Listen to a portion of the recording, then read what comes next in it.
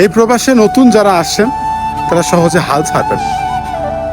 মনে রাখবেন, প্রবাসে যেহেতু আপনি আসছেন, আজ না হোক কাল সফল হবেন একদিন। শুধু সময়ের অপেক্ষা, একটু কষ্ট করতে হবে। সফল হওয়া যদি এত সহজ হইতো, তাহলে মানুষ ওই বাড়ি ভিটা বন্ধক রেখে এই প্রবাসে আইয়া গোলামি করতো না মানুষের।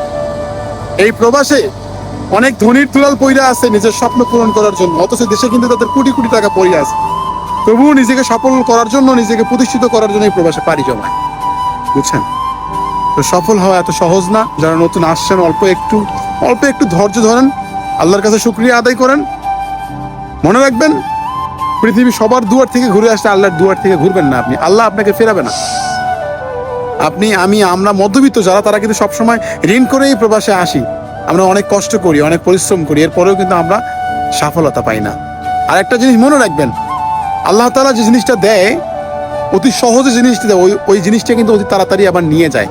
আর যে জিনিসটা অনেক কষ্টের পর দেয়, ওই জিনিসটা সারা জীবন থেকে যায়। তো জীবনে প্রতিষ্ঠিত হতে গেলে কর্মজীবনে একটু সময় লাগবে, তাই হাল ছাড়বেন না ভাই।